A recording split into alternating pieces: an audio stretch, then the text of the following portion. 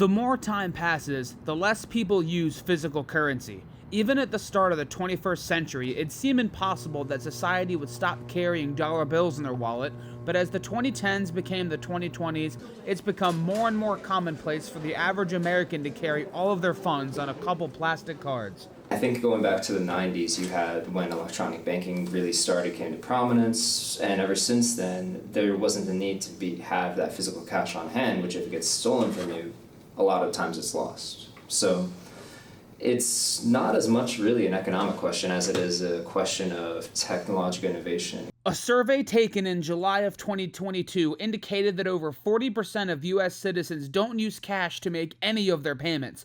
This is a stark jump from 2015 and 2018, where this total was never even as high as 30%. But in recent years, the percentage of people who still use the green paper bills to make most of their payments sits at a measly 14%. As the years go by, there are less and less people who are at the cash register handing the cashier a $5 bill. The machines that turned your jar full of coins into cash now primarily sit dormant, mostly unused at your local Walmart. Many believe this is simply a case of convenience. I think the only time I've really carried cash is just an emergency $20 in my wallet in case I get stranded in the middle of nowhere.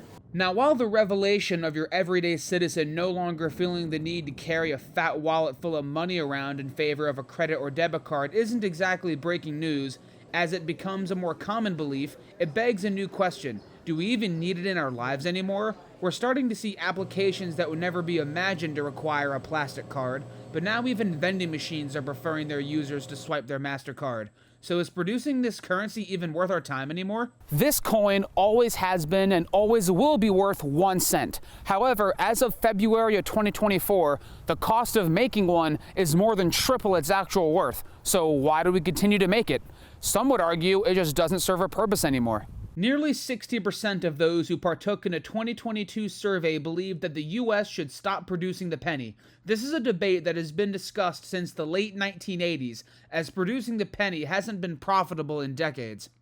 I think it would be possible to do without pennies now. They're such a small unit that we could get by with just nickels or even dimes. Well, this is where things get complicated. Believe it or not, the nickel is beginning to fall under the same category as the penny. According to a biennial mint report, the 5-cent coin costs more than double what it is worth, sitting at 10.41 cents per coin. As this total takes a 40.2% leap since 2020, the discussions of discontinuing the nickel have arisen as well. While the survey of eliminating the nickel only drew an approval rate of 33%, it's a safe bet that this total will increase over the years as the cost of making one increases while its value stays the same. All in all, with each passing day, as the need for cash and coins becomes less and less necessary, it appears to have become a casualty of convenience.